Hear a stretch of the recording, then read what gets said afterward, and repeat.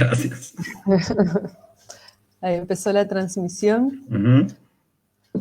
Vamos a esperar, a guardar unos segunditos, a ver si comienza a sumarse gente de a poco. Vamos dándole la bienvenida también a todas las personas que van ingresando a esta transmisión de la charla virtual organizada por la Sociedad de Estudios Hegelianos.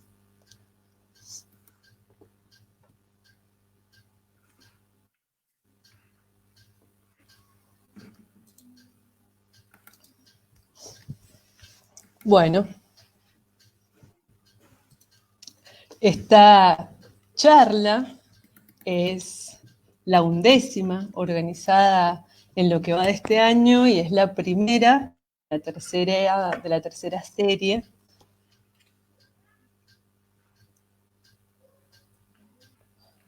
Habrá en las próximas semanas otras charlas también para que podamos congregarnos a abordar los distintos pliegues de la filosofía hegeliana. El miércoles que viene, por ejemplo, va a estar el doctor Jorge Eduardo Fernández, el 16 de septiembre la doctora Fernanda Gallo,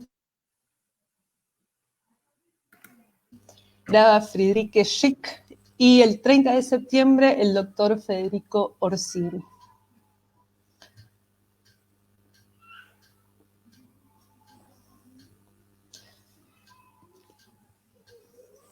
Dicho esto, entonces vamos a comenzar con la presentación del encuentro de hoy. Una vez más, les doy la bienvenida a todas las personas que están presentes, que están participando de este encuentro organizado por la Sociedad de Estudios Hegelianos.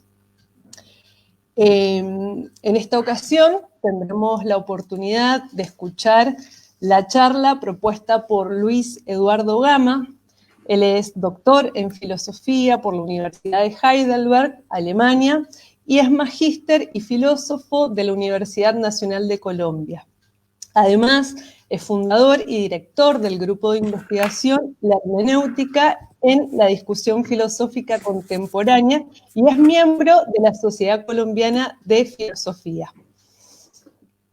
Como describe bien la invitación que hizo la Sociedad de Estudios Hegelianos a esta charla, las investigaciones del doctor Gama están centradas en la hermenéutica, la filosofía de la cultura y la filosofía política, como también la estética. Hoy nos ha propuesto una charla que lleva por título La naturaleza de lo bello y el arte en Hegel. Tendremos entonces la oportunidad de escucharlo a continuación y luego podremos hacer preguntas y dar un lugar al intercambio para proseguir en la discusión que nos propone hoy. Adelante, Luis. Bueno, primero que todo, pues quiero dar las gracias a María Rita primero por la presentación y por supuesto también a la Sociedad de Estudios Hegelianos, a Pablo Pulgar, que me ha contactado y con quien nos hemos estado preparando pues esta conferencia. Gracias por la invitación y la oportunidad que me dan ustedes para presentar parte de este trabajo, pues parte de una investigación más grande, pero parte de este proyecto que entonces pues quiero compartir con ustedes hoy. Conozco la sociedad realmente desde hace poco. Estábamos comentando que es gracias, digamos, una consecuencia de esta pandemia y de este mundo virtual que se ha abierto con esto, pues que yo encontré a esta Sociedad de Estudios Hegelianos y veo que hacen un trabajo realmente impresionante de divulgación sobre la filosofía de Hegel y sobre la filosofía moderna. Entonces también pues quería felicitarlos por este trabajo y espero pues que algo de esto continúe en esa articulación de redes de investigadores de toda Latinoamérica que están haciendo en torno a la filosofía hegeliana. Voy entonces a leer este texto, que es un texto de una conferencia que di alguna vez hace, en el mundo antes de la pandemia, eso fue como en diciembre del año pasado, y que se llama La naturaleza de lo bello y el arte en Hegel. Vamos a comenzar entonces. La filosofía de la naturaleza de Hegel es quizás la parte más oscura de su sistema filosófico y tal vez la que menos atención ha merecido en la literatura. A la poca popularidad de los planteamientos de Hegel sobre la naturaleza contribuye sin duda la evidente discrepancia que existe entre la concepción hegeliana y aquella que está a la base de las ciencias modernas experimentales. Frente a los evidentes logros de las ciencias empíricas, las tesis hegelianas resultan forzosamente enunciados abstractos y enrevesados que no aumentan nuestro conocimiento efectivo del mundo natural ni ayudan a dominarlo o a transformarlo. Lo que quiero presentar hoy hace parte de un proyecto más amplio que busca elaborar una noción enriquecida de lo natural y de la naturaleza, que no se oponga simplemente a la concepción causal y objetiva que tiene de la naturaleza las ciencias empíricas, sino que represente también una postura desde la que sea posible detectar las carencias de este paradigma cientificista y señale vías para superarlas. La postura hegeliana en torno a la naturaleza se puede situar en el contexto de un combate contra el dualismo que opone lo natural a lo cultural o a lo espiritual en la terminología hegeliana. Pero a la vez, donde la superación de ese dualismo no se alcanza por la radicalización unilateral de uno de los extremos que termine absorbiendo al otro, sea porque la cultura se imponga sobre la naturaleza, como ocurre en algunas corrientes culturalistas o de los llamados estudios culturales, o sea porque lo natural se presente como un principio explicativo totalizante, por ejemplo, en el naturalismo de Quine o de Searle. Ni la naturaleza se opone al espíritu, ni se funde y desaparece en este, sino que conserva aún en su relación una cierta especificidad e independencia. Este escrito se propone entonces dilucidar esta especificidad de la naturaleza con ayuda de la noción de lo bello. En tanto, lo bello es la manifestación sensible de la idea y de las declinaciones de lo bello en lo bello natural y lo bello artístico. Sin embargo, quiero comenzar entonces recordando la caracterización hegeliana del concepto de naturaleza y su relación con el espíritu tal como se expone en la enciclopedia. Entonces, en una primera parte quiero un poco explorar esa relación entre naturaleza y espíritu tal como la presenta Hegel en la filosofía de la naturaleza de la enciclopedia. Es la primera parte, naturaleza y espíritu. Como se sabe, la filosofía de Hegel busca dar sentido a cada ámbito de lo real y de la experiencia humana como partes de una totalidad racional, dinámica y orgánica, a la que Hegel llama concepto, absoluto o idea, según el matiz que se quiera acentuar. Así, la verdad de la naturaleza solo es posible dilucidarla en conexión con el desarrollo general de esta idea o razón universal, y por ello en la enciclopedia, que es la presentación más acabada del sistema, cobra un papel central. La primera mención de este texto sobre la naturaleza, en el parágrafo 244, dice que la naturaleza es la idea que intuye. La idea que intuye es de manera inmediata la idea que se intuye a sí misma, y que entonces para ganar esa intuición sobre sí misma debe pasar a su ser otro, dice Hegel. Por ello, la idea o esa razón universal abandona la pura inmanencia en la que permanece cuando solo expone su estructura interna en la ciencia de la lógica y, cito a Hegel, se resuelve a despedir libremente de sí como naturaleza al momento de su particularidad o del primer determinar y ser otro. Esta es una cita, repito, del parágrafo 244 de la enciclopedia. La naturaleza entonces no es más que el autodespliegue que realiza libremente la idea o razón universal sobre sí misma para devenir otra que sí, de modo que resulte accesible a su propio conocer intuitivo. No es el resultado de un proceso, ni es el punto final de un desarrollo previo, sino un momento constitutivo e inmanente a la idea, una realización siempre en acto del proceso por el cual cobra existencia en la realidad la pura racionalidad universal que Hegel llama también el concepto.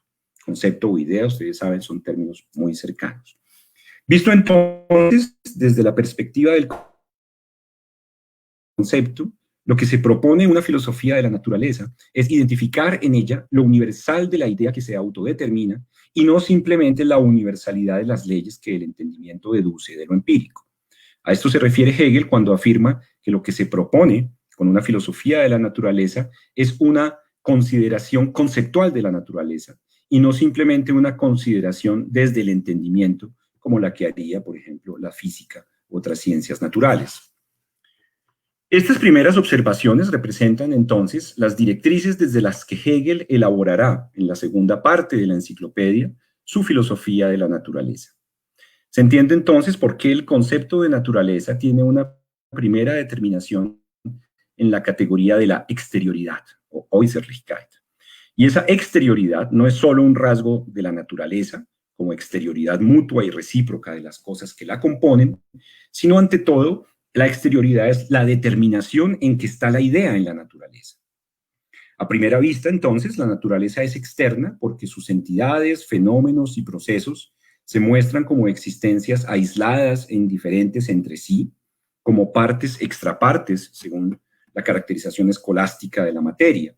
Así, por ejemplo, se presenta para el sentido común, pero también para la mirada científica que entonces se propone descubrir enlaces y síntesis causales que relacionen esa diversidad de elementos separados. Para Hegel, sin embargo, esta exterioridad del mundo natural no es solamente un dato empírico, sino que descansa en un modo mismo de la razón universal o de la idea. La exterioridad, entonces, no es tanto una propiedad de la naturaleza en sí. La naturaleza es externa porque la idea que la atraviesa y la determina se hace externa a sí misma cuando penetra el reino de lo natural. La exterioridad, entonces, constituye el elemento central del cual va a derivar Hegel las otras determinaciones conceptuales con las que trata de aprehender el mundo natural. Por ejemplo, la categoría de aislamiento, la categoría de individualidad, la categoría de subjetividad, que son las determinaciones que sirven para cualificar los ámbitos de la naturaleza como el mundo mecánico, el mundo físico y el mundo orgánico, respectivamente. Más fundamental para nuestra discusión es considerar que esta exterioridad, como rasgo inherente al mundo natural, inscribe en el mundo natural una contradicción irresoluble. En efecto, para Hegel, toda esfera del mundo natural, desde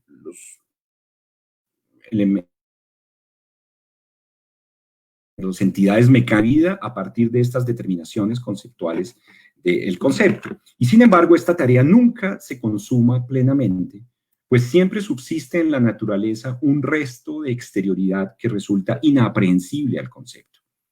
En la exterioridad de la naturaleza, afirma Hegel, operan en efecto las determinaciones conceptuales de la razón, pero éstas se hacen visibles en entidades y procesos que solo dan indicios, dice Hegel, de su unificación en la idea, solo son premoniciones de la idea, y que por ello siguen siendo en lo fundamental aislados e indiferentes entre sí.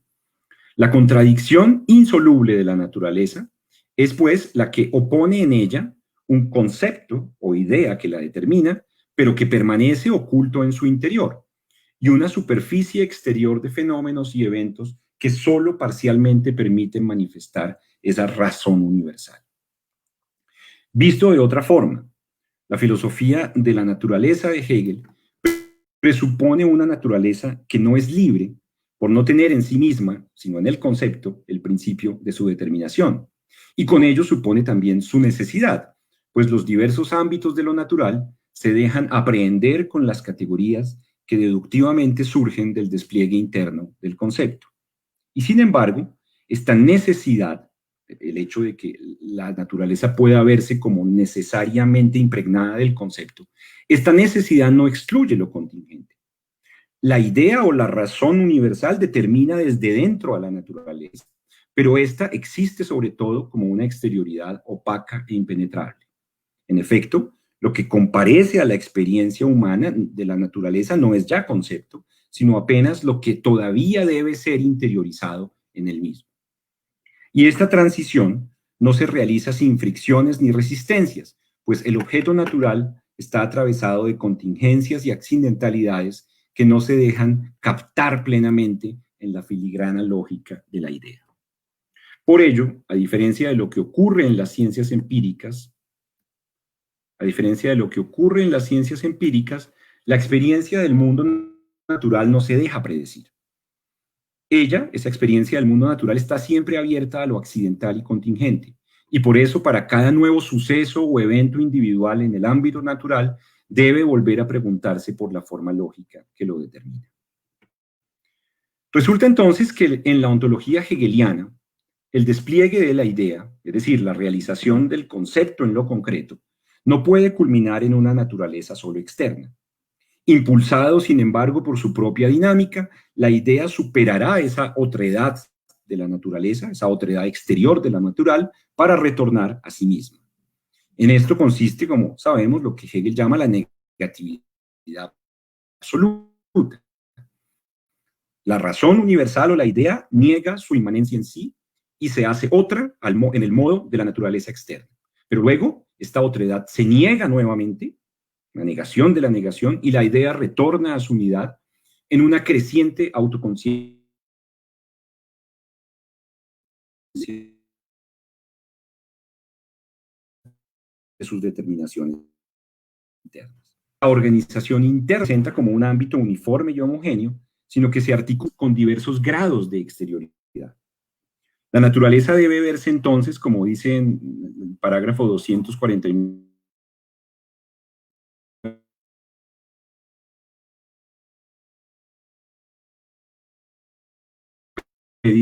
la naturaleza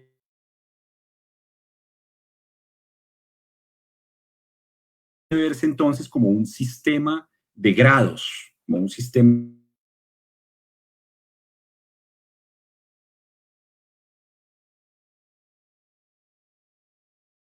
de naturales, sino uno donde las gradaciones se corresponden con conciencia. Y por eso la cima del mundo natural, pero no porque darwinianamente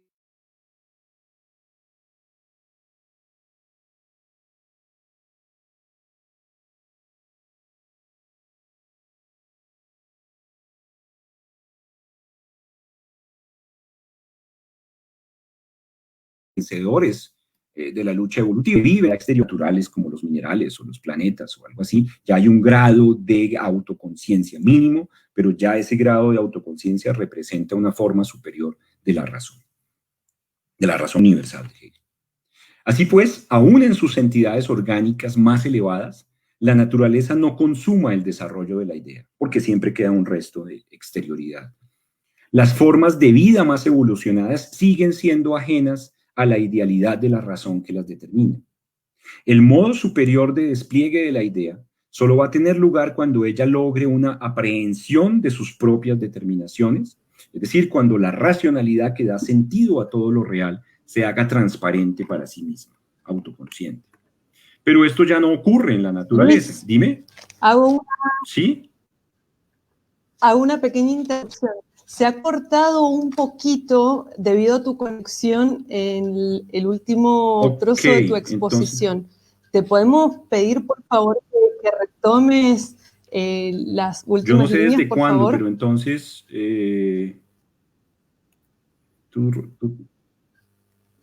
Hace unos 2 ¿En minutitos serio? que estamos teniendo la interrupción y sí, se nos cortó. Hay gente que lo está poniendo de manifiesto en el chat y yo también no he logrado escucharte del todo.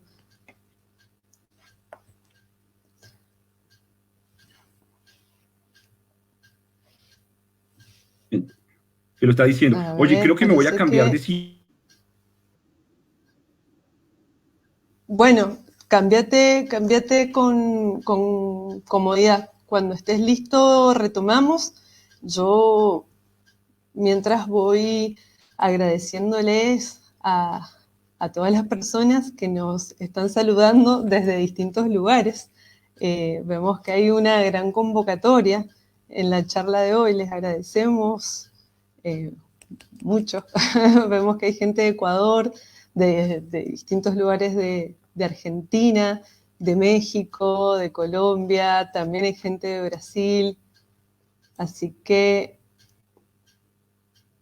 Ahí estamos, ahí están indicando. Bueno, vamos a esperar entonces unos segunditos más para que retome su conexión de manera más cómoda el doctor Luis Eduardo Gama. Para quienes se han sumado desde hace un ratito, estamos escuchando una exposición titulada La naturaleza de lo bello y del arte en Hegel. Esta conversación forma parte del ciclo de charlas virtuales organizado por la Sociedad de Estudios Hegelianos, sociedad a la que le agradecemos enfáticamente por propiciar estos encuentros, tanto como por proponernos distintos abordajes de la compleja, rigurosa y prolífica filosofía hegeliana. Ahí volvió el profesor Gama. Sí, no sé dónde debo retomar porque... Bueno, en realidad nos quedamos un poco a la espera de ver cómo se desarrollaba el momento en el que usted explicaba el paso de la negación. Ok, sí, estábamos en lo de la negatividad. Exacto. Ok, entonces yo creo que voy a retomar, no sé si se pierde algo allí, pero no voy a repetir todo. Entonces voy a retomar desde este punto. Dime. Perfecto, retome desde ese punto y cualquier otra inquietud que quede la proponemos. Exacto, al final de la de acuerdo, intervención. seguramente de pronto hay algún vacío que hay que completar después. En fin,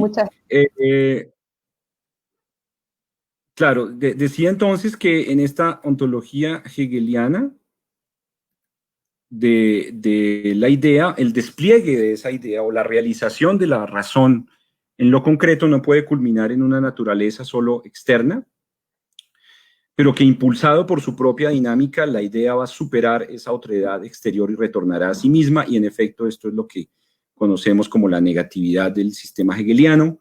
La idea niega su inmanencia, se hace otra en la naturaleza, luego supera o niega esa otredad y retorna a sí misma de una forma autoconsciente, y entonces en ese sentido decía que esa negatividad determina la organización interna de la naturaleza para Hegel, que la naturaleza no se presenta como un ámbito uniforme y homogéneo, sino que está articulado en regiones con diversos grados de exterioridad.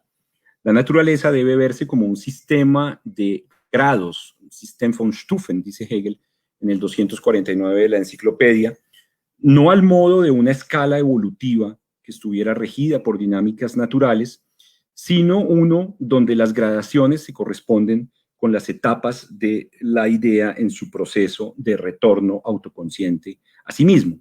Y en esa medida los organismos animales representan para Hegel la cima del mundo natural, pero no porque ellos sean los vencedores darwinianos en la lucha evolutiva, sino básicamente porque como seres sintientes que viven para la especie, ya han superado la simple particularidad de otras entidades naturales y ya pues representan un grado más amplio de autoconciencia, sin por supuesto llegar a ser todavía una razón consciente de sí misma. Así pues, y ahora sí retomo el texto, aún en sus entidades orgánicas más elevadas, que serían los animales superiores, la naturaleza no consuma el desarrollo de la razón universal. Las formas de vida más evolucionadas siguen siendo ajenas a la idealidad que las determina. El modo superior de despliegue de la idea solo va a tener lugar cuando ella logra una aprehensión total de sus determinaciones, cuando la racionalidad que le da sentido a la realidad se vuelve transparente para sí misma. Pero esto ocurre en la esfera que Hegel llama el espíritu, ya no en la naturaleza. La esfera del espíritu que reside en el ser humano y en su actividad consciente, la percepción, la imaginación, la memoria, el lenguaje, pero también en los productos más refinados de esta actividad, la moral, el derecho, el arte, la religión y por supuesto la filosofía. En tanto, la razón o la idea prosigue su despliegue interno más allá de la naturaleza, en el ámbito del espíritu, entonces hay un tránsito continuo entre estas dos esferas, ¿no? Y este es el punto que a mí me interesa porque siento que en Hegel no hay dualismo entre naturaleza y espíritu y tampoco un naturalismo simple o una desaparición de la naturaleza. No hay una oposición absoluta entre naturaleza y espíritu, ya que ellas son etapas del proceso continuo de la razón, pero a la vez cada uno de estos ámbitos conserva, si bien solo en su vinculación con el otro, cierta especificidad. esto resulta significativo para el propósito que nos anima acá de alcanzar una determinación de la naturaleza. Pues ahora es claro que esta tarea solo se completa si se examina la naturaleza retrospectivamente desde el espíritu y no solo en su primera caracterización, es decir, como exterioridad de la idea. En efecto, naturaleza y espíritu funcionan como determinaciones reflexivas que solo ganan sentido en su relación mutua. La naturaleza solo es inteligible en su relación con el espíritu y viceversa. Ambos ámbitos pertenecen a la idea, pero lo que la naturaleza tenga de propio y específico solo puede dilucidarse en su contraste con el espíritu. Y en este contexto es que quiero leer la afirmación de Hegel al comienzo de la filosofía del espíritu en la enciclopedia. Esto es parágrafo 381. El espíritu, dice Hegel, tiene para nosotros a la naturaleza como su presupuesto. Pero él es la verdad y con ello el primer absoluto de esta naturaleza. Es una traducción ahí libre que hago, no tengo la traducción aquí a la mano, pero vuelvo a repetirla entonces. El espíritu tiene para nosotros a la naturaleza como su presupuesto. Y de esta naturaleza, él, el espíritu, es su verdad y su primer absoluto. La primera parte de esta afirmación ilustra la manera en que la naturaleza determina al espíritu. Para nosotros, dice Hegel, es decir, para nosotros filósofos que conocemos su sistema y captamos la relación entre naturaleza y espíritu, la naturaleza es un presupuesto del espíritu, el Voraussetzung, es decir, una posición previa al espíritu, el momento que le precede. Que el espíritu presuponga la naturaleza, perdón un segundo que me salté aquí, que el espíritu presuponga la naturaleza, no quiere decir entonces que los fenómenos y producciones espirituales pudieran ser reducidos y explicados como simples procesos naturales, como quiere cierto naturalismo muy de moda. Esto solo significa que la naturaleza ocupa una posición lógica previa, es decir, no una etapa evolutiva más temprana, una posición lógica previa a la posición del espíritu, en tanto ella es el momento de exterioridad de la idea que es anterior al momento de retorno desde esta exterioridad. Ahora bien, en su segunda mitad, la afirmación que acabé de leer, de citar de Hegel, muestra la manera como el espíritu determina la naturaleza. Allí se afirma que la verdad de la naturaleza es el espíritu. Esto quiere decir que únicamente en el espíritu se consuma el retorno de la idea a sí misma desde su exterioridad, que en el mundo natural queda incompleto.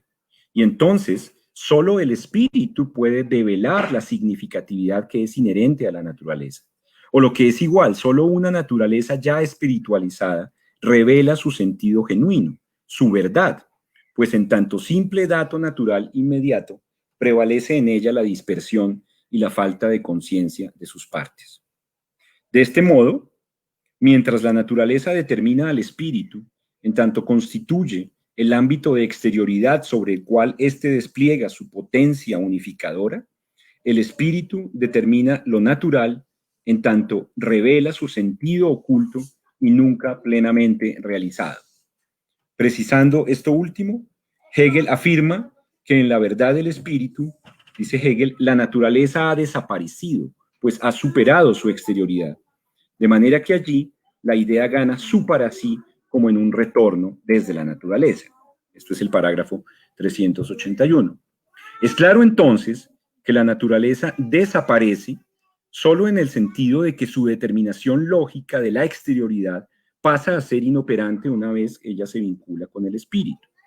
Mejor dicho, en esta afirmación no hay ningún rasgo de culturalismo donde lo natural se desvaneciera como una irrealidad que fuera simplemente una interpretación o una proyección del espíritu. Más aún, si como dice el pasaje, la actividad espiritual solo tiene sentido como un retorno desde la naturaleza, se sigue entonces que el espíritu gana presencia efectiva en lo real únicamente si hay una naturaleza sobre la cual opera, como el ámbito de exterioridad que ella debe superar, que el espíritu debe superar, reuniendo sus partes aisladas en la unidad de un sentido. Si ustedes ven, es un poco la pelea que yo estoy aquí sosteniendo, es que no hay una desaparición o una cancelación de lo natural en el espíritu, como se ha leído muchas veces estos pasajes, sino que lo que Hegel llama espíritu requiere de la naturaleza permanentemente para estarlo superando, ¿no? Porque el espíritu es el retorno desde la exterioridad en lo natural. Y solo hay ese retorno si lo natural sigue teniendo cierta consistencia. Este sentido, por lo demás, no se inserta en el mundo natural desde una instancia ajena, como si fuera una forma externa que se impusiera a un material inerte. Tampoco está diciendo Hegel que la naturaleza entonces sería un simple material maleable donde cualquier proyecto o interpretación humana pudiera darle sentido. Al contrario, el hacer del espíritu sobre la naturaleza solo radicaliza y consuma una tendencia que ya estaba latente en ella. Por eso, para Hegel, las ciencias modernas que buscan controlar la naturaleza con sus esquemas matemático-deductivos no son propiamente empresas espirituales. El mundo natural solo se espiritualiza cuando se hace evidente la estructura de sentido que ya desde siempre lo está determinando y unificando en su dispersión aparente, y no al forzarlo dentro de modelos que le resulten extraños como los de las ciencias naturales. La naturaleza, pues, no desaparece en el espíritu, sino que siempre está allí como un momento fundamental sin el cual éste no podría propiamente efectuarse.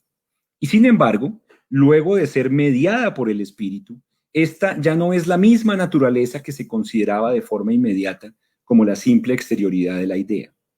Visto así, la noción de naturaleza en Hegel solo se determinará en su plenitud y riqueza cuando, más allá de su desarrollo interno, que Hegel presenta en la filosofía de la naturaleza, se consideren por igual las distintas maneras como la naturaleza se conserva, esto es, se supera y se enaltece en el espíritu.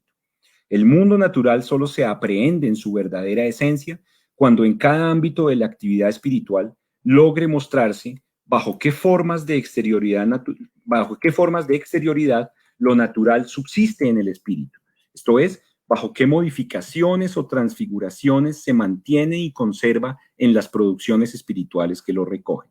Solo entonces se determinará la verdadera naturaleza, que ya no es la naturaleza inmediata, ya no es la naturaleza secas, sino la naturaleza en el espíritu. Y claro, allí se verá en qué medida, aún en esta relación con el espíritu, la naturaleza conserva su especificidad. Entonces, este es un poco, digamos, la perspectiva del análisis del proyecto que propongo. Quiero desarrollar una idea de la naturaleza en Hegel, pero no puedo limitarme a la filosofía de la naturaleza, porque la verdad de la naturaleza solo resulta y solo se devela desde el espíritu. Y desde el espíritu quiere decir desde el derecho, desde el arte, en fin, desde todas las producciones espirituales, desde la religión, etcétera. Y claro, a mí me interesa mirar este proyecto en toda esa magnitud, pero pues aquí no voy a poder desarrollar todo eso. Y llego a la segunda parte entonces de esta conferencia. Habría entonces que examinar cómo desde esa realización particular del espíritu, que es el arte, la naturaleza gana determinaciones que no resultan visibles si se la examina solo desde la pura noción de idea. Por supuesto, un proyecto así excede los límites de este escrito, pero en cambio quiero realizar hoy una visión retrospectiva sobre lo natural, desde la noción de lo bello, que, como todos sabemos, es central para la filosofía del arte hegeliana. Hegel hace de lo bello la manifestación sensible de la idea, de modo que el arte, como producción consciente de la belleza, aparece como un terreno propicio para la realización del concepto en lo concreto, que Hegel llama el ideal. Por eso, las bellas obras del arte hacen manifiesto de manera sensible esa matriz última de la significatividad del mundo, que es el concepto, y encarnan una realización de la idea más elevada que la que se logra en los entes naturales. Lo bello artístico se encuentra así por encima de lo bello natural. Se trata de una belleza generada y regenerada por el espíritu, es decir, de un objeto. Una obra de arte es un objeto o un fenómeno que surge de manera libre y autoconsciente del espíritu humano, y por ello de uno donde la idea vuelve sobre sí recogiéndose de su dispersión en lo exterior del mundo natural. Por fascinante que pueda ser lo bello en la naturaleza, no deja de ser un fenómeno simplemente dado y contingente. La belleza del arte, en cambio, es fruto de una creación reflexiva orientada a reconocer en el mundo las manifestaciones de la razón y a plasmarlas de manera visible en lo material y sensible de la obra de arte. Esta es una discusión muy conocida sobre la superioridad de lo bello artístico sobre lo bello natural, pero claro, mi propósito es otro. Para nuestro propósito de determinar la naturaleza, no nos interesa detenernos en esta superioridad ontológica de lo bello artístico, sino examinar más de cerca qué es lo que Hegel llama lo bello natural. En una primera caracterización, se dice que lo bello natural es una inmediatez sensible y que mientras en la obra de arte la belleza surge como una configuración autónoma de sentido, los productos de la naturaleza ni son por sí mismos producidos como bellos, ni son bellos para sí, sino solo para nosotros, o sea, para la conciencia que los aprehende. Todas estas son citas, por cierto, de las lecciones sobre la filosofía del arte. Esto no significa, digo, que la belleza natural fuera solo una proyección que hiciera el espíritu humano sobre ciertas entidades y fenómenos. Al contrario, la belleza de la naturaleza proviene de su propio interior, o más precisamente de la idea o razón que la determina desde dentro y que cobra realidad en sus entidades, en la materia sin alma de los cuerpos mecánicos y físicos, pero también y sobre todo en la naturaleza orgánica de la vida. Podemos desarrollar estas observaciones sumarias en las siguientes tesis. Primero, en el fenómeno de lo bello natural, la belleza no es una cualidad externa, sino que emana de una conformidad que se intuye de manera inmediata entre el aspecto material de los entes naturales y una significación superior que le es inherente. Por eso, en lo bello natural no se percibe una materia a la que luego se le da una significación, sino, dice Hegel, la materia es de inmediato idéntica con esta relación, con el concepto.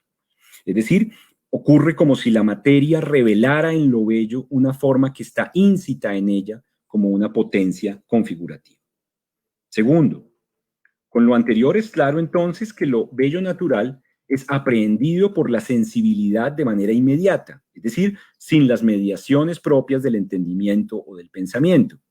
Lo bello natural es accesible a los sentidos en su contemplación de figuras y formaciones naturales, y esta contemplación no se propone dar un paso hacia la captación de una totalidad o una unidad interna del mundo natural, pues en ese caso abandonaría su carácter puramente sensible y se tornaría ya un pensar o un conceptualizar. Pero esto no significa, por supuesto, que lo bello fuera un fenómeno estrictamente singular y sometido por completo a las variaciones de la experiencia sensible. Lo que ocurre más bien en lo bello natural es que ciertos objetos se dan para los sentidos como conformaciones naturales plenas de sentido, de manera tal que en la experiencia de lo bello, los sentidos por sí mismos son capaces de intuir en su objeto la presencia de una significatividad de orden superior que anuncia o presagia, dice Hegel, o que es una premonición del concepto, pero sin llegar propiamente a captarlo con el pensamiento. Se trata pues de una contemplación sensible capaz de vincular las exterioridades de lo natural en una articulación interna que es ya una expresión sensible de su esencia. Y tercero, esa significatividad superior que se hace visible en los fenómenos bellos es interna a la naturaleza, pero no proviene de ella misma. La naturaleza, dice Hegel, no produce por sí misma su belleza, sino que ésta surge en su interior como resultado del despliegue inmediato de la idea en el mundo natural. Hegel retoma así el planteamiento que hace de la naturaleza lo exterior del concepto, pero lo pone ahora al servicio de la determinación de lo bello natural. Según esto, el concepto no solo se exterioriza sensiblemente en los entes del mundo natural, sino que esta exteriorización se muestra a veces como llena de sentido y entonces se presenta como bella.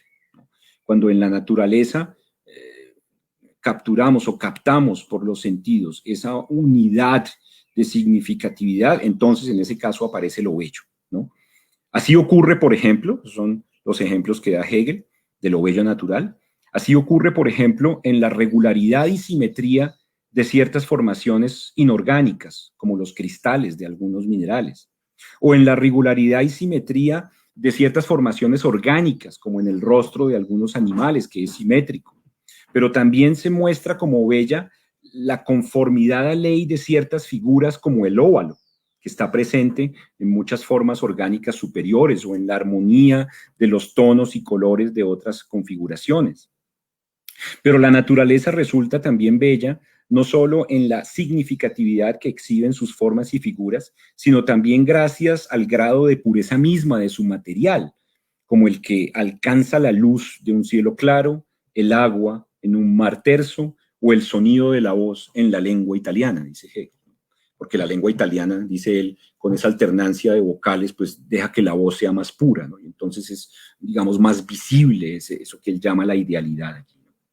Un corolario de esto es que lo bello no está presente en todo el mundo natural, o por lo menos no está presente por igual en toda su extensión.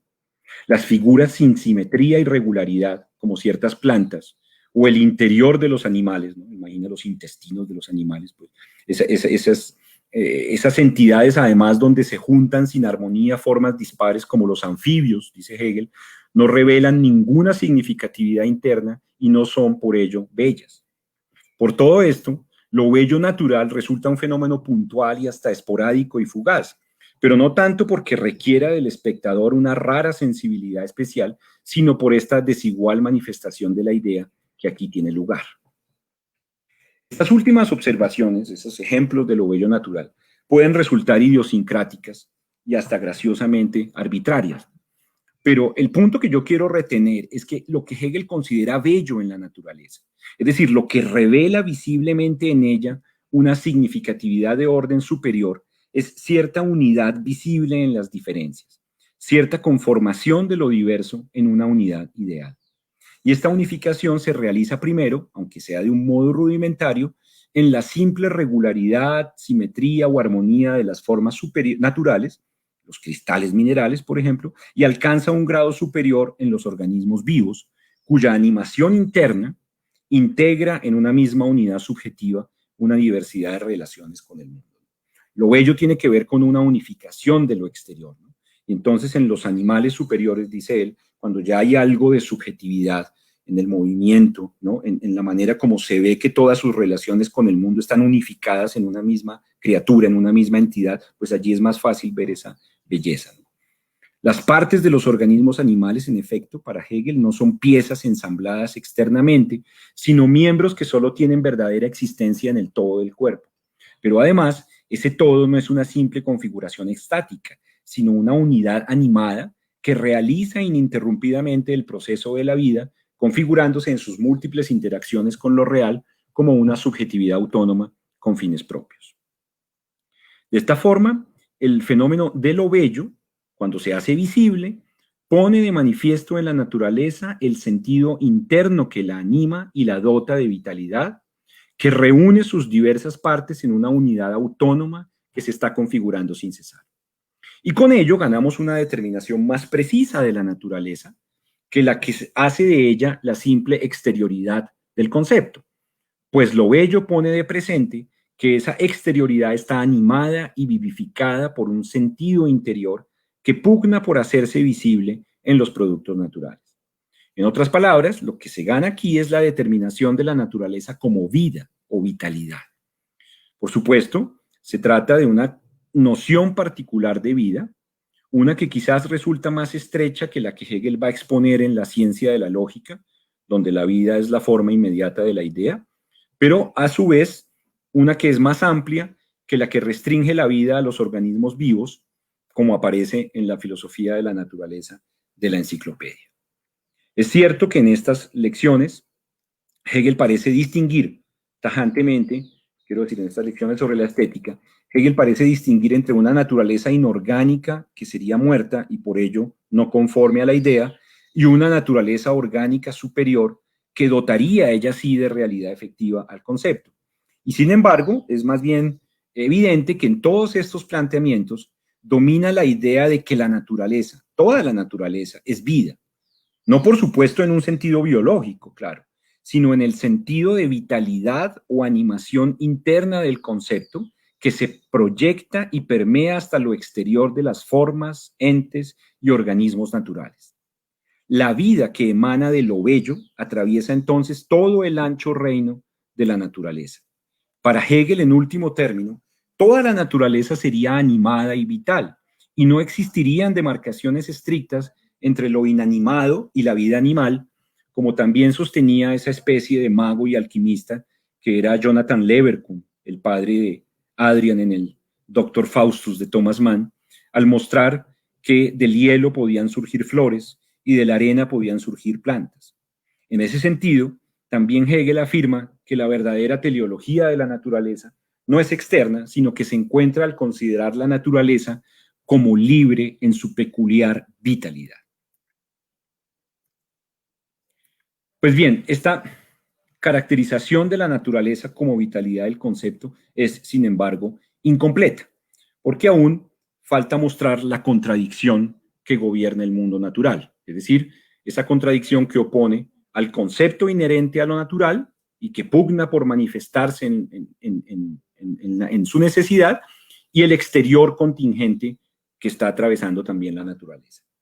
Esta contradicción gana en concreción a la luz del fenómeno de lo bello y la vitalidad que le está asociada.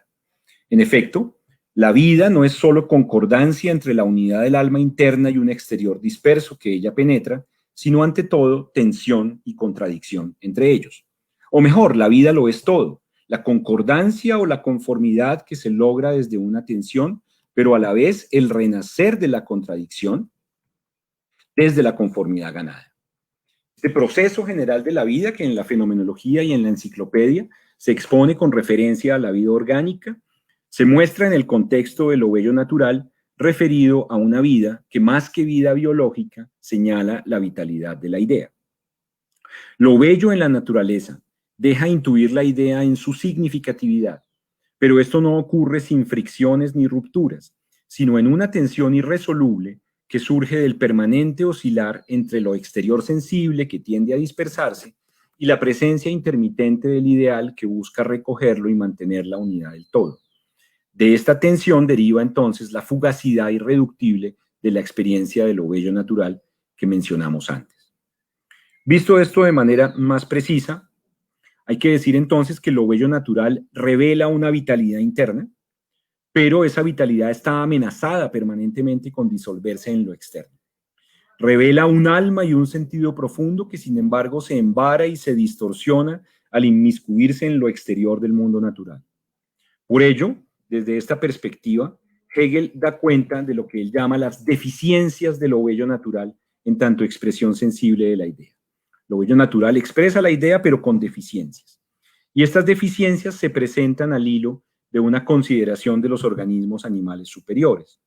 En primer lugar, va a decir Hegel, estos organismos, los animales superiores, son seres autosentientes y animados, pero esa vitalidad no procede de un solo centro de unidad, sino que se dispersa en todos los órganos o se oculta detrás del pelaje, dice Hegel. Y a este respecto, el cuerpo humano tiene la ventaja de no estar cubierto de pelos, sino de que hace visible la pulsación de lo vital en todos los puntos de la piel.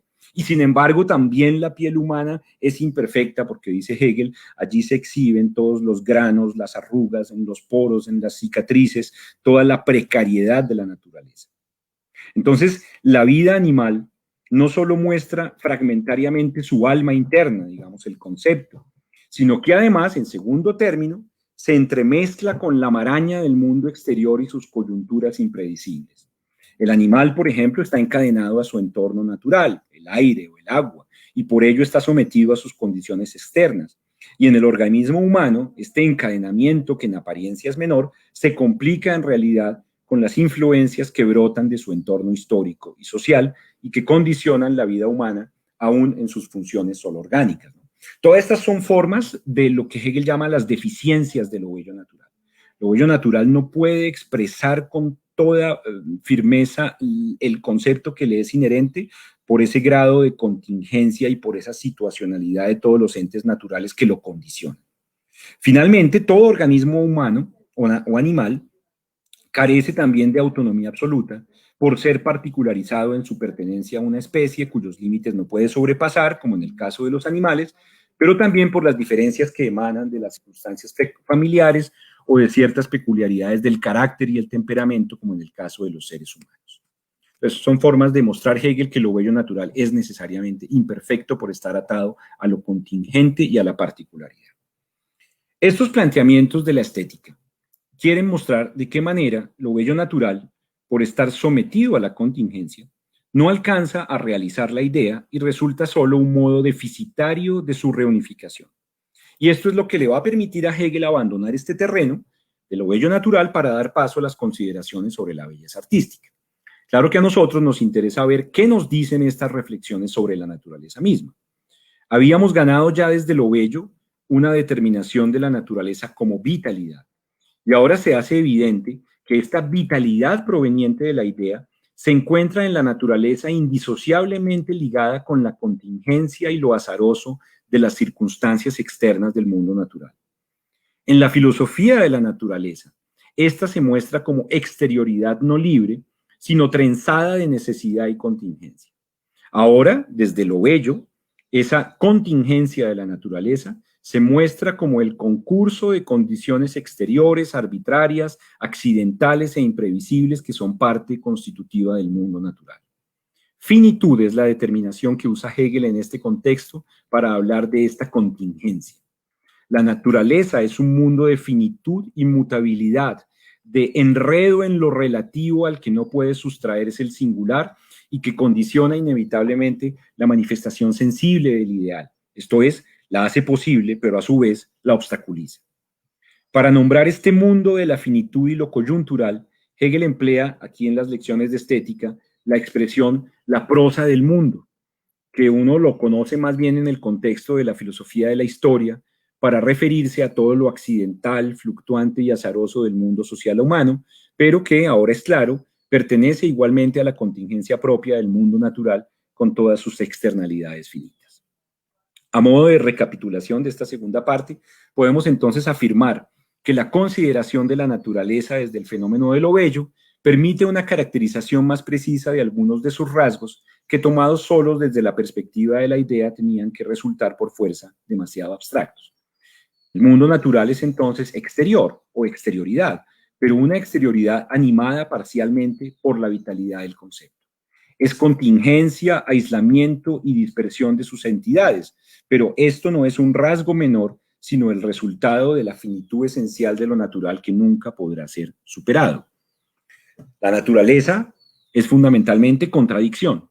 En ella se expresa con necesidad la vitalidad de la idea, pero solo en el medio de un mundo finito que también la obstaculiza y la inhibe.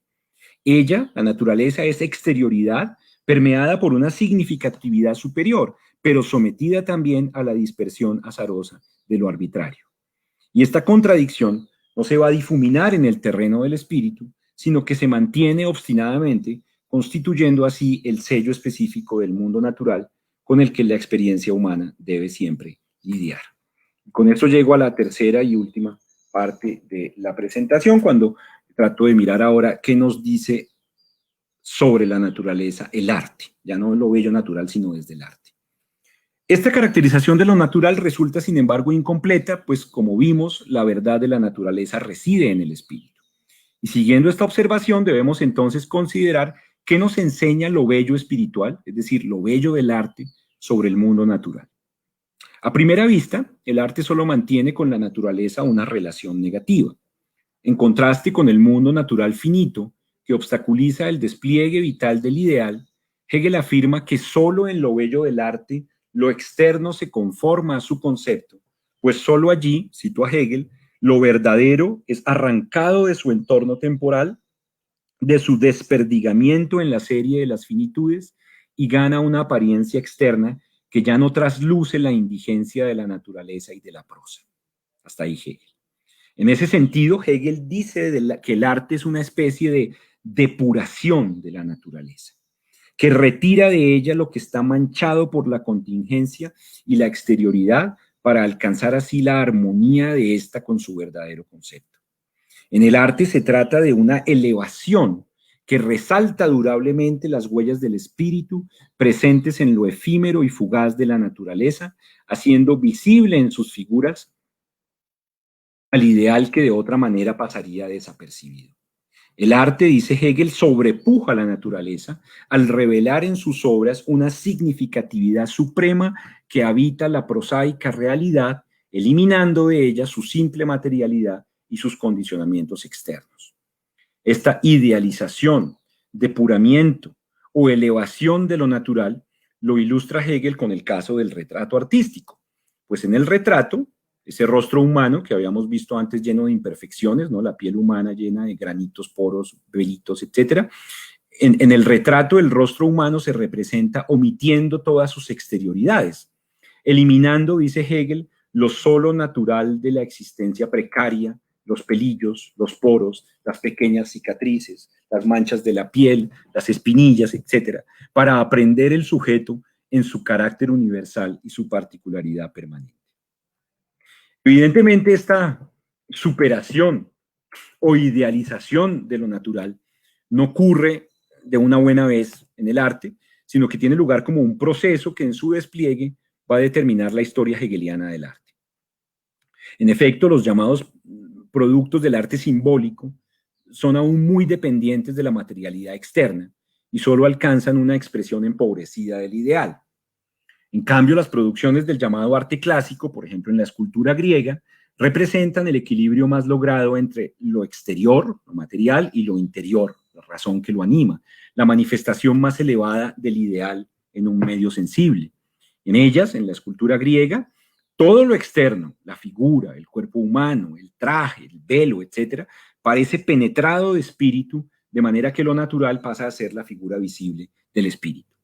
Cabe aclarar, sin embargo, que en todo este proceso la naturaleza no ha desaparecido ni se degrada, pero queda incluida como el límite interno del espíritu. Hegel afirma por ello que en el arte el ideal pone el pie en la sensibilidad y su figura natural, pero al mismo tiempo lo retrae de allí como el ámbito de lo externo. Esta es una cita de Hegel. Pues el arte sabe reducir el aparato de cuya apariencia externa precisa para su conservación, sabe reducirlo a los límites dentro de los cuales lo externo puede ser la manifestación de la libertad espiritual. Cita confusa, pero digamos, el punto aquí es que Hegel dice, el arte sigue siendo atado a lo material y a lo sensible, de eso no cabe ninguna duda. Y sin embargo, esa limitación a lo sensible o esa presencia de lo sensible en cualquier obra de arte se muestra como superada, porque lo sensible queda reducido a los límites dentro de los cuales es utilizado para expresar la racionalidad que es inherente, que es lo que quiere mostrarse realmente en el arte. Entonces no se trata entonces de que en las producciones del arte la naturaleza como tal, lo material, se elimine y desaparezca. Lo que desaparece es más bien su determinación como simple exterioridad, porque ahora en la obra de arte pasa a aprenderse como límite. Visto pues más de cerca, el arte no degrada la naturaleza, sino que la enaltece al incluirla como su límite interno. De ser un simple otro exterior, ella pasa a ser límite, con lo que tiene lugar una promoción de su valencia lógica. Pero aprender la naturaleza como límite, es decir, a partir de una determinación conceptual propia de la lógica del ser, ¿no representa esto la degradación de una naturaleza que desde el fenómeno de lo bello se concibe con una categoría del concepto como es la vida? Visto así, la naturaleza que se conserva en el arte parecería lógica y conceptualmente inferior a la que se manifiesta en la belleza natural. ¿Pero es esto así realmente? ¿Ha perdido la naturaleza su vitalidad al ingresar al espíritu por vía del arte? Este parece ser el caso si se considera el destino mismo de la filosofía del arte de Hegel al interior de su sistema. La estética hegeliana, como vimos, excluye rápidamente lo bello natural para concentrarse en la belleza artística. Pero luego, además, esta belleza artística se expone en un proceso de desarrollo lógico histórico que va revelando una creciente idealización de la naturaleza, es decir, una eliminación progresiva de sus aspectos finitos y contingentes. Cuando la exigencia de una realización más pura de la idea lleve luego a Hegel a abandonar el terreno del arte y a dar paso hacia la filosofía como expresión más elevada del concepto, parece descartarse definitivamente cualquier recurso a lo material sensible de lo natural, ¿no?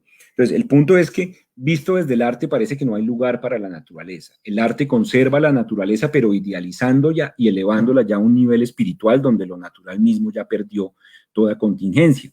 Y más aún, en la famosa tesis pues, del final del arte, Hegel abandona incluso el arte mismo porque la exposición más elevada y la manifestación más alta de la razón universal no ocurrirá en el arte, todavía atado a lo sensible, sino en la filosofía, como todos sabemos. Entonces, pareciera que hubiera un destino de desaparición para la naturaleza, ¿no? Vista desde el arte. La vitalidad natural parece entonces retroceder ante la vida del espíritu que anima al arte y finalmente ante la vida del concepto que anima el pensar filosófico. Pero bueno, esta es una vía que uno puede ver, pero yo quiero abrir otra, ¿no? Es decir, hay un camino en el sistema de Hegel por el cual el arte es superado en la filosofía, el arte supera a la naturaleza, ¿no? En el arte ocurre la superación de la naturaleza y a su vez ese arte es superado por el concepto puro, ¿no? De modo que ahí sí la naturaleza ya está completamente olvidada. Y sin embargo, no obstante, algunos planteamientos de Hegel parecen indicar otro destino para la naturaleza y para el arte.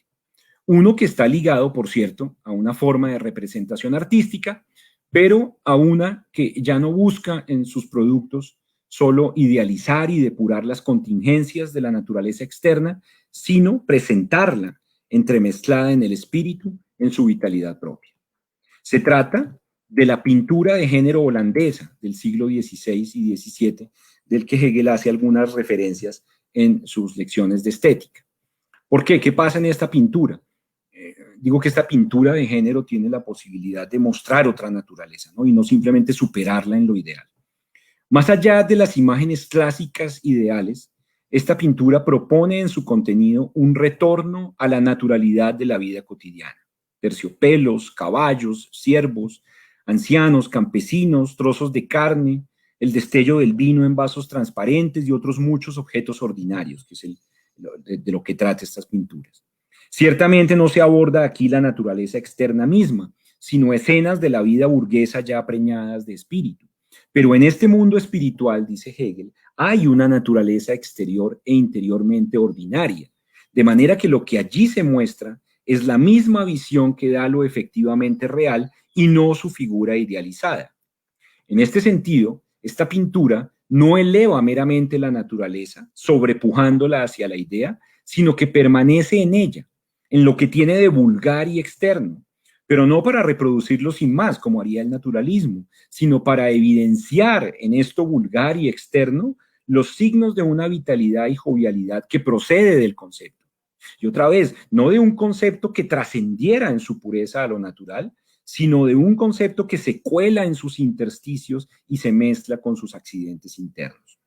Cita Hegel: en las cantinas de los holandeses, en bodas y bailes, comiendo y bebiendo, solo hay alegría y placer, y también hay mujeres y muchachas, y todo y todos están penetrados por el sentimiento de libertad y desenfreno. Cita de Hegel hasta ahí. Lo que se manifiesta pues en esta pintura es la vitalidad más genuina de la naturaleza. Una vitalidad que al vertirse en las formas del arte ya se ha espiritualizado, por supuesto, pero de una forma tal que no sobrepasa sin más lo natural, sino que vuelve sobre él para captar su alma interna y la libertad y jovialidad que ella engendra. Con esto termino. Existe pues un camino del arte que idealiza y supera la naturaleza y allana así el camino hacia la revelación del concepto que solo será posible en la filosofía.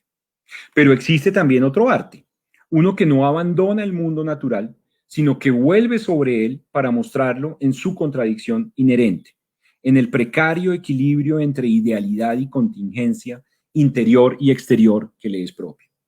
En este arte se muestra la misma naturaleza vulgar de siempre, con su piel rugosa y llena de manchas e imperfecciones, pero en eso mismo de siempre se descubre ahora el ideal, no como sobrepasando lo externo, sino en sus nexos y relaciones vitales efectivas y por ello contingentes y finitas. Este tipo de arte devela así el ser de lo natural en lugar de idealizarlo. En él se hace experiencia de una potencial libertad y alegría en la naturaleza que brota de ella misma, de su finitud elevada, y no de la pura aprehensión del concepto. Luego de este arte ya no vemos la naturaleza como la vemos de ordinario, sino que advertimos en ella una vitalidad insospechada, pero real y palpable. Habría que preguntarse si esa vitalidad no representa un destino más alto que el de la revelación del concepto. O mejor, una forma de vivir y experienciar el absoluto, menos perfecta, sí, pero más accesible para nuestra finitud humana. Bueno, muchas gracias y me disculpo por la interrupción. María, ¿es posible que vaya a prender la luz? Porque esto está un poco oscuro. Vale, por supuesto, 2 segundos. Por supuesto. Bueno, yo quiero agradecerle al profesor Luis Gama y felicitarlo por su enriquecedora exposición a la que hemos escuchado atentamente, tan atentamente que han surgido varias preguntas que iremos retomando una a una, procurando enlazar aquellas que se vinculen entre sí y respetando quizás también un poco el orden de la exposición que acabamos de escuchar, la charla titulada La naturaleza de lo bello y el arte en Hegel. Luis, comentaba que tu exposición ha sido muy rica, hemos estado escuchando atentamente y precisamente a causa de ello han surgido varias preguntas que me gustaría ir transmitiéndote, tratando, como dije previamente, de enlazar o de sintetizar aquellas que abordan o que preguntan sobre tópicos comunes.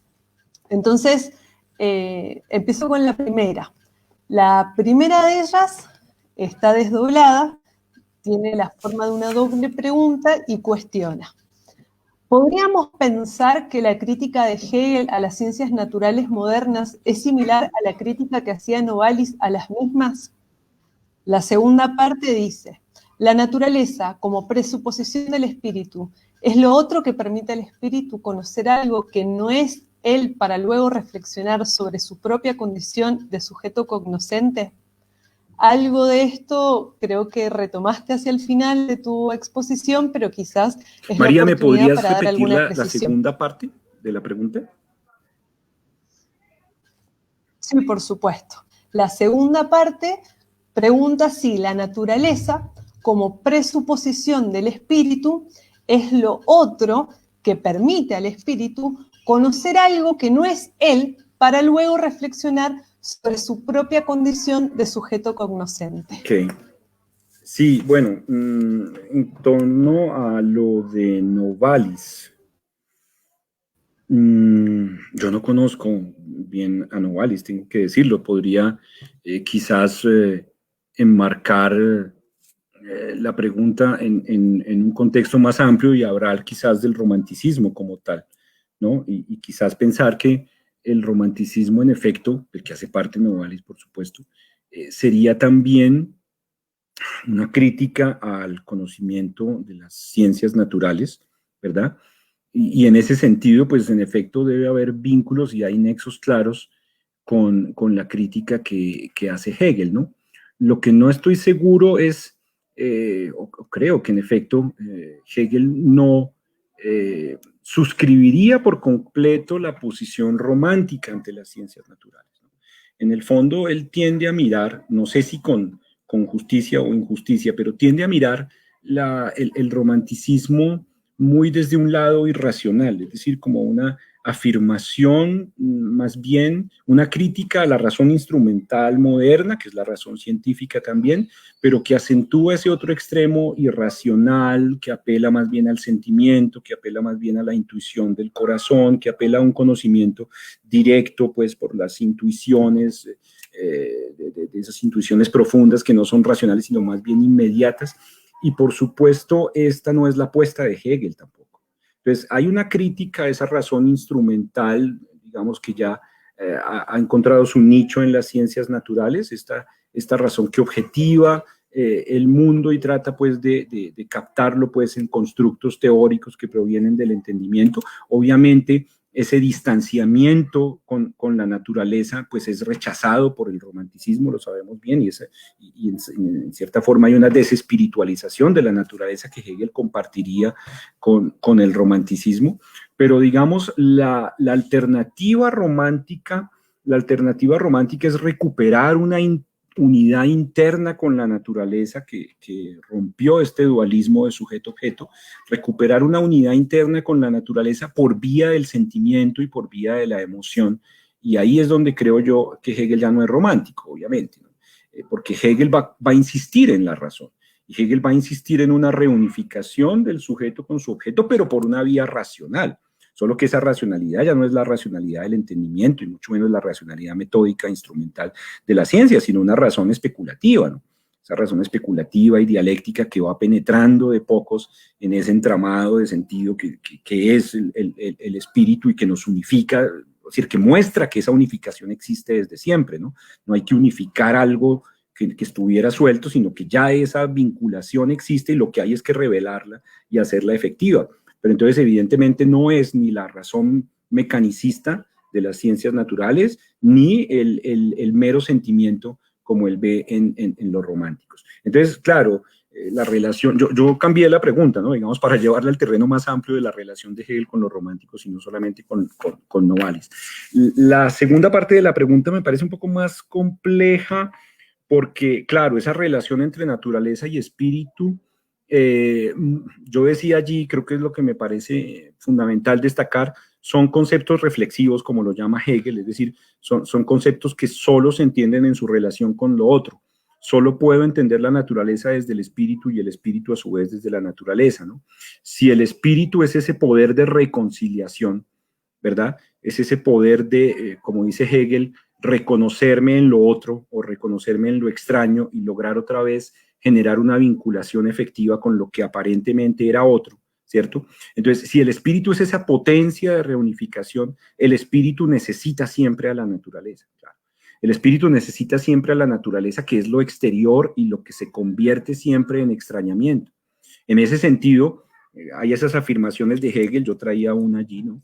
Donde dice que en el espíritu se ha cancelado la naturaleza, y sobre eso se ha escrito mucho porque pareciera que la naturaleza ha desaparecido, ¿no? Y que la realidad en Hegel termina completamente espiritualizada, como si la naturaleza fuera de un valor ontológico menor o algo así. Pero necesariamente la naturaleza tiene que estar allí como punto de partida de la actividad espiritual.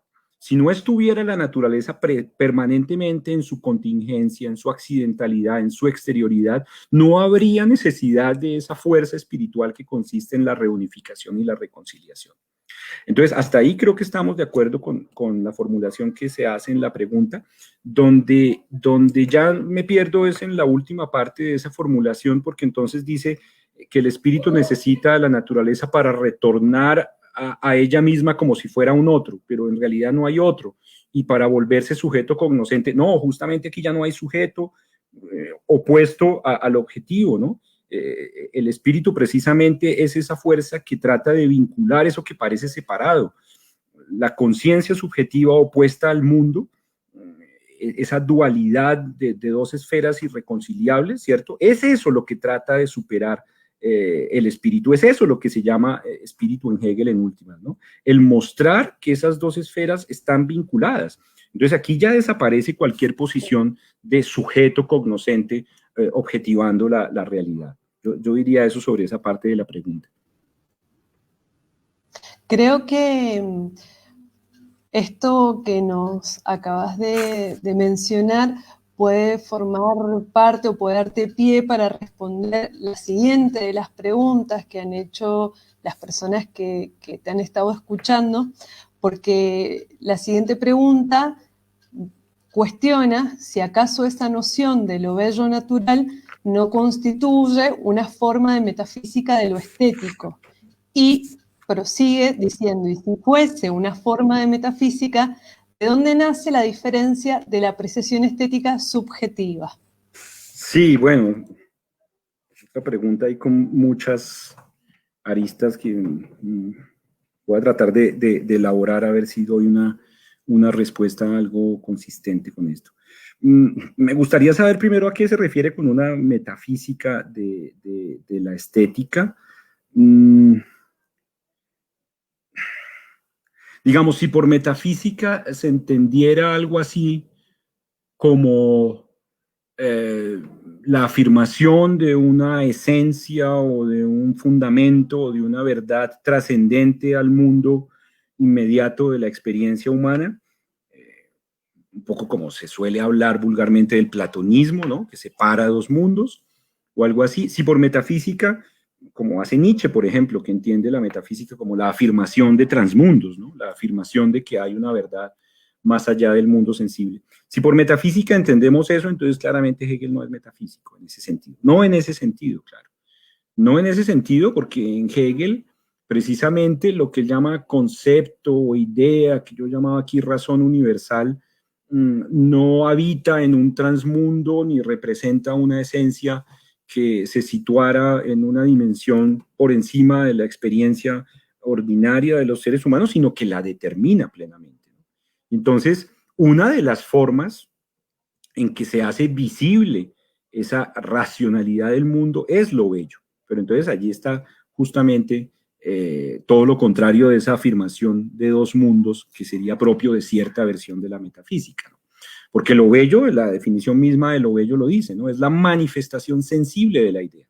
Es decir, es esa razón o ese concepto universal, pero manifestándose en lo sensible, es decir, tanto en el material sensible del mundo natural, en las entidades, en los animales, en los cristales, en los paisajes, las figuras geométricas que conforman las órbitas celestes, qué sé yo, en todo eso es una manifestación visible, sensible, fenoménica de esa razón, ¿no? Entonces, en efecto, aquí esa racionalidad deja de ser algo, claro, transmundano, para estar, digamos, inserta en toda la experiencia humana.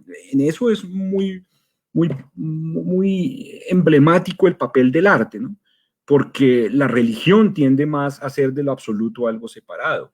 La filosofía misma trabaja con el concepto y el concepto tiende también a mostrarse en una pureza de relaciones como las expone Hegel en la lógica, ¿no?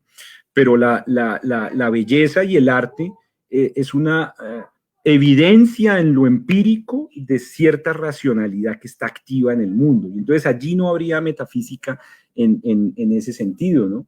Yo siento ahí que en eso Hegel es platónico, porque Platón también hace de la idea de la belleza una idea evidente en la realidad, ¿no? Las otras ideas de Platón no son así, ¿no? Platón lo dice de una manera muy bonita. La idea de la justicia no la reconocemos tan fácil, ¿no? Entonces, hay una discusión enorme sobre si tal cosa es justa o no, porque precisamente la justicia no se hace autoevidente en lo fenoménico, pero la belleza es una experiencia que todos reconocemos, ¿no? Digamos, estamos más o menos de acuerdo en que esto es bello, hay algo de una latencia y una evidencia sensible de lo bello en el mundo empírico que yo creo que Hegel recupera, y allí Hegel creo que es más platónico de lo que a veces él mismo afirma. Entonces, esa versión metafísica yo no la suscribiría, menos tampoco una metafísica subjetiva, que creo que es como hace parte de la pregunta, si entonces por ser metafísico no caeríamos en un subjetivismo metafísico.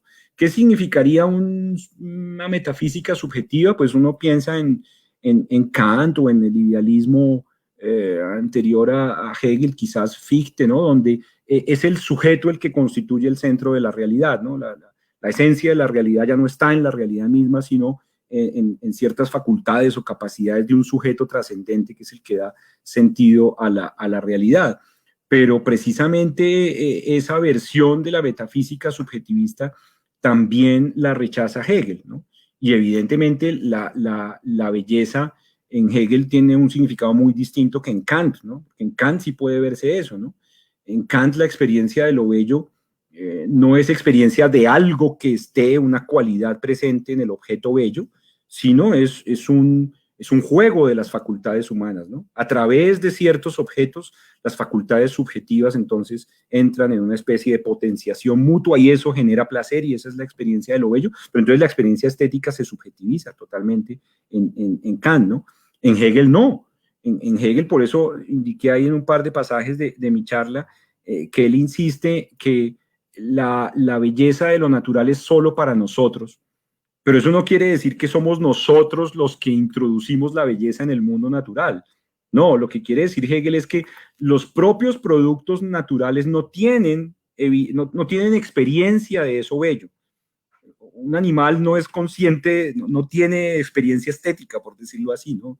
Ellos no son conscientes ni hacen clara esa racionalidad que lo determina, y en ese sentido lo bello natural es para nosotros, para las autoconciencias humanas. Pero que sea para nosotros no quiere decir que somos nosotros los que simplemente introducimos y entonces decimos, pues esta cosa nos parece bella y esta no, ¿no? No, claro que no, lo bello natural procede de la naturaleza misma.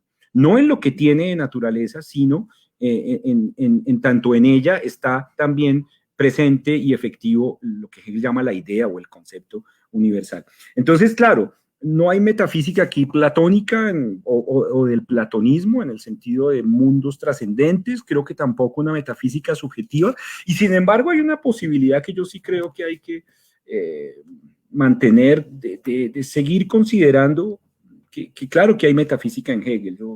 Yo discrepo mucho de lecturas contemporáneas donde quieren quitarle a Hegel todo rasgo de metafísica, y algunas ya lo hacen casi un posmoderno, ¿no? Y un deconstructivista a veces, ¿no? Hegel ya me parece que esas lecturas un poco exageran ciertas pretensiones de Hegel, porque si en algún sentido básico metafísica es la afirmación de que existe algo como una verdad en el mundo, entonces Hegel es metafísico, porque él cree en la idea y en el concepto y cree en una racionalidad que estructura la realidad, ¿no? Claro, es una racionalidad compleja, histórica, deviniendo, siempre se manifiesta solo de forma parcial, es cambiante, todo lo que quieran, pero tiene una fe, digamos, tiene una fe irracional, porque todo su esfuerzo es por mostrar que en efecto esa razón está efectiva en todos los ámbitos de la experiencia humana. Pero entonces, si en un sentido muy básico, metafísica es afirmar que hay verdades, ¿no? Que hay una estructura en últimas del mundo y de la realidad, yo creo que ahí sí puede hablarse de que Hegel es metafísico, ¿no? Pero digamos hay que hacer todas estas precisiones que había hecho. Perfecto. Bueno, justamente has mencionado a Kant en esta respuesta que nos acabas de brindar, y algunas de las últimas preguntas que han consignado las personas que te están escuchando mencionan a Kant. Así que voy a transmitirte estas interrogaciones que te hacen. Por un lado, Fernando Huesca se pregunta si en Hegel se podría acaso pensar una teleología interna en la naturaleza, en un sentido de conciliación entre la teleología de la naturaleza de Kant y las ciencias naturales. Por otro lado, Andrés Matamoros pregunta si se puede establecer una relación entre el sentimiento de lo sublime de Kant con la belleza natural de Hegel. Ok. Muy bien, sí. Claro, preguntas que tienen que ver con la manera distinta, creo yo, como enfoca Kant y Hegel el problema de la belleza y lo bello natural, ¿no? De entrada yo diría en Kant en Hegel no hay una consideración teleológica de la naturaleza. No, la naturaleza no apunta hacia un fin, no hay un fin allí externo. Esta sería una consideración lineal, si se quiere, que Hegel no tiene, ¿no? La naturaleza ella misma es parte, pues, de la inmanencia de la razón, ¿no? La razón se está desplegando y circulando en el mundo natural y ya es un momento de ese despliegue de la razón, pero no hay algo así como una finalidad a la que aspirara o algo así, ¿no? Entonces, claro, eso en efecto pues es un punto que muestra la discrepancia entre estos dos desautores, y uno lo puede ver bien en las diferentes maneras como Kant y Hegel enfocan la relación entre lo bello natural y lo bello del arte, porque creo que en la exposición espero que haya quedado claro, para Hegel la belleza del arte es superior a la belleza natural, ¿no? La belleza natural tiene algo de fortuito, está atravesada por supuesto de contingencias. En cambio, lo bello del arte es producido ya explícitamente y de forma autoconsciente por el ser humano, ¿no? Entonces, en ese sentido, por ser producto de una racionalidad ya clara para sí misma, transparente a sí misma, pues evidentemente los productos del arte son manifestaciones ya superiores que la pura, que la belleza natural, donde casi que es un azar pues, que en algún momento aparezcan estas formaciones naturales o organismos animales que nos parecen bellos en sus movimientos o cosas de esas, ¿no? Entonces, en efecto, la belleza natural viene a ser un escalón menor de la belleza del arte. Es una forma donde, claro, la idea se manifiesta en ciertos productos naturales con armonía, con simetría, con regularidad, con acuerdo afines, como dice él, pero sin conciencia de sí misma, ¿no? Mientras que los productos ya propiamente del arte pues son manifestaciones cada vez más conscientes y buscan hacer explícitamente lo que la naturaleza presenta solo de forma implícita y sin elaborar, ¿no? Entonces, en Hegel la superioridad es del arte sobre lo natural, y en Kant es al revés, porque Kant está buscando una cosa distinta, ¿no? Todos conocemos en la crítica del juicio de Kant, el propósito de la crítica del juicio primero es partir del fenómeno de lo bello, partir de la experiencia de lo bello, para pasar a la consideración teleológica de la naturaleza, ¿no? Claro, en la mitad le quedó allí las consideraciones sobre el arte, pero y que después son las que se vuelven más famosas, quizás si uno lee ahora la crítica del juicio más centrándose en los capítulos que tienen que ver con el arte, pero en realidad para Kant la belleza natural es un fenómeno más elevado a diferencia de Hegel, porque muestra en la naturaleza en efecto una intención, y en últimas esto va a tener una finalidad presente en la naturaleza, no impuesta por el hombre, por supuesto, como en la belleza natural, sino una finalidad inscrita en la naturaleza, y esto se vuelve casi en últimas una prueba o una premonición, diríamos, de la existencia de Dios o algo así, ¿no? De una especie de inteligencia superior. En ese sentido, lo bello natural en Kant es superior a lo bello del arte. Entonces, ahí, digamos, hay dos proyectos muy distintos, ¿no? Y obviamente lo teleológico no tendría lugar en lo de Hegel, ¿no? Es interesante la otra parte de la pregunta, o la otra pregunta sobre lo sublime, porque lo sublime en Hegel no se considera, ¿no? Porque fíjense que a él le importa en lo bello natural, ¿no? Lo que él considera bello son más bien esos rasgos de unificación de lo disperso, ¿cierto? La naturaleza es bella cuando, digamos, eso que parece, digamos, su rasgo de exterioridad y de dispersión y disgregación se ve contenido porque eso que parece disperso como que se unifica, ¿verdad? La simetría, la regularidad de ciertas formas, la armonía de colores, etcétera, son formas de manifestación de lo bello en la naturaleza, precisamente porque unifica lo disperso. Entonces, en ese sentido, lo que Hegel llama lo bello es más lo bello kantiano, ¿no?, que lo sublime, porque lo sublime sabemos que es una experiencia de desproporción, ¿no? Lo sublime, al contrario, es una experiencia de inconmensurabilidad, de grandes cosas, ¿no? De qué sé yo, esos fenómenos de la naturaleza sublimes, una tormenta gigantesca, yo qué sé, esas cumbres alpinas, filudas, ¿no? Donde el hombre se siente chiquitico, pero claro, eso sublime es una desmesura, ¿verdad? Y de hecho, el concepto de lo sublime, Hegel lo introduce en la consideración de lo infinito, ¿no? De lo infinito matemático, ¿no? No del verdadero infinito hegeliano, sino desde el punto de vista lógico, el tema de lo sublime en Hegel está en la consideración de lo infinito matemático, que es lo inconmensurable, ¿no? Lo que no tiene medida. Pero eso para Hegel no es una experiencia de unificación, al contrario, eso es un descentramiento permanente, ¿no? Tal vez el único lugar donde lo sublime puede aparecer en el arte en Hegel es en lo que él llama el arte simbólico, es decir, ese arte primitivo de las grandes construcciones, los obeliscos, ¿no? Las construcciones monumentales enormes, donde prima más esa experiencia de pequeñez del ser humano, si se quiere. Pero repito, la experiencia de lo bello en Hegel está asociado siempre con unificación, armonía, centramiento, y no el descentramiento que produce lo sublime. Entonces, lo sublime en lo natural, Hegel no considera como parte de la belleza natural. No sé si lo consideraría feo, no sé si lo consideraría feo, pero claro, feo él dice donde falta unidad, ¿no? Los intestinos de los animales, ¿no? Los anfibios, ¿qué tal, no?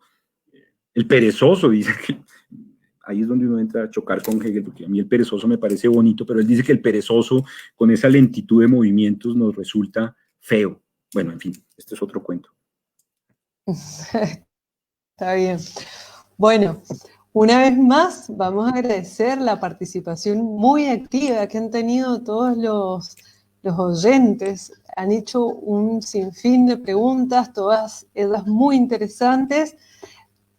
Pero, bueno, por cuestiones de tiempo y para no extendernos mucho más, vamos a tomar 2 preguntas más que le vamos a pedir al profesor Luis Gama que las responda y vamos a ir dándole cierre a este encuentro que ya promedia la hora y media.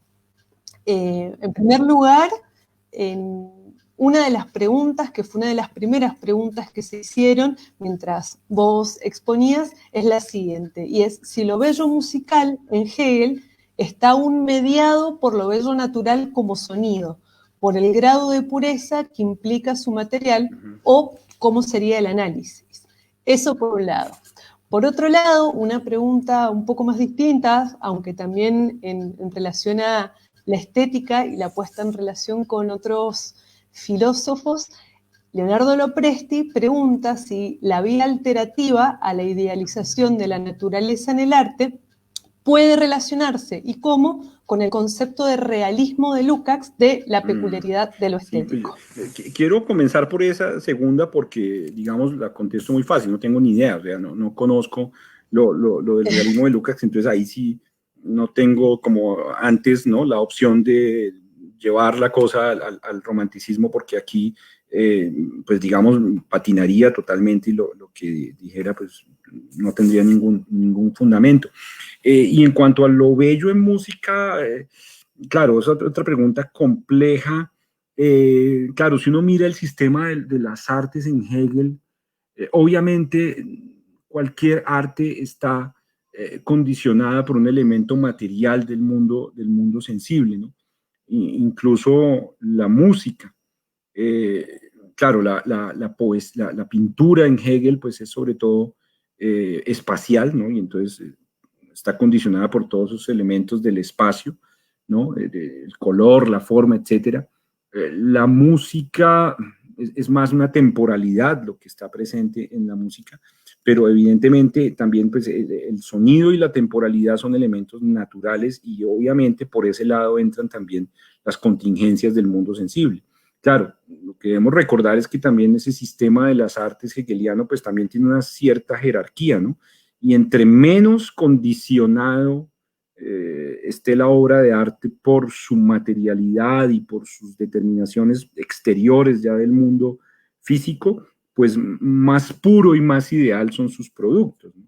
Por eso la arquitectura ocupa el lugar más bajo en esa escala, pues porque primero porque está muy atada a intereses funcionales, pero segundo, pues porque requiere masas materiales, ¿no?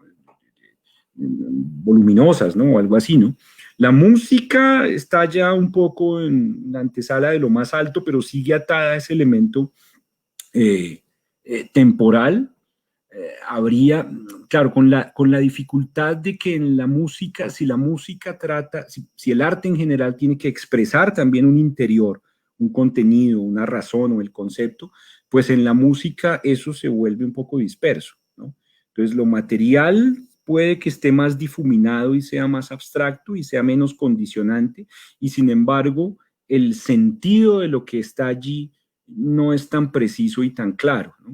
Es decir, en ese equilibrio que debe haber entre sonido y sentido, pues el sentido se desdibuja un poco, porque una pieza musical, pues su sentido es tremendamente abstracto y difuso de captar, ¿no?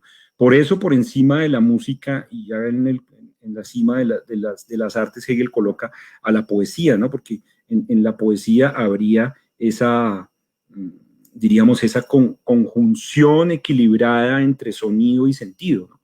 Hay una musicalidad y un ritmo en efecto, hay esa materialidad de las palabras que siguen siendo pues demasiado etéreas, no tienen la consistencia de las piedras o de los colores, pero es mucho más etérea esa materialidad del sonido de las palabras, y sin embargo en la poesía el sentido es más evidente. Entonces, claro, y dentro de la poesía, lo sabemos, pues el teatro, ¿no? Y la dramática viene a ser para Hegel la culminación, pues porque allí se hace viva, ese sentido se muestra pues en su plena realización. Pero entonces la música ocupa ese lugar, digamos, intermedio, más cerca a lo ideal que a lo puramente material, y sin embargo condicionado por lo material y enrarecido además por lo difuso del sentido que puede estar allí transmitiendo una pieza musical. Eso diría yo sobre este punto. Y lo del realismo del Lukács me excuso, pero ahí no tendría mucho que decir, María. Bueno, damos entonces con esta concluido este encuentro, pero no sin antes felicitar al profesor Luis Gama, acabar nuestros aplausos, nuestros vítores para él.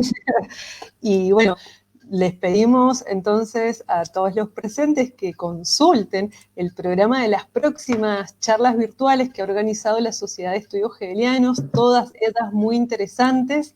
No hemos podido tomar cada una de las preguntas que ustedes han planteado, pero sin embargo hemos procurado ir tomando las preguntas que podían resultar representativas del resto de las inquietudes.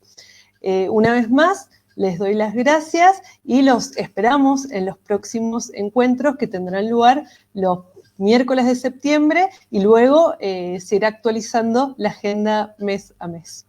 Muchas gracias. Gracias, bueno. María, y gracias otra vez a Pablo y a todos los que estuvieron allí presentes, pues que no puedo verlos ni saber quiénes son, pero pues un saludo y gracias por las preguntas que son muy interesantes. Bueno. Hasta luego, entonces. Hasta luego. Nos encontramos el miércoles que viene. Adiós. Gracias. Hasta luego.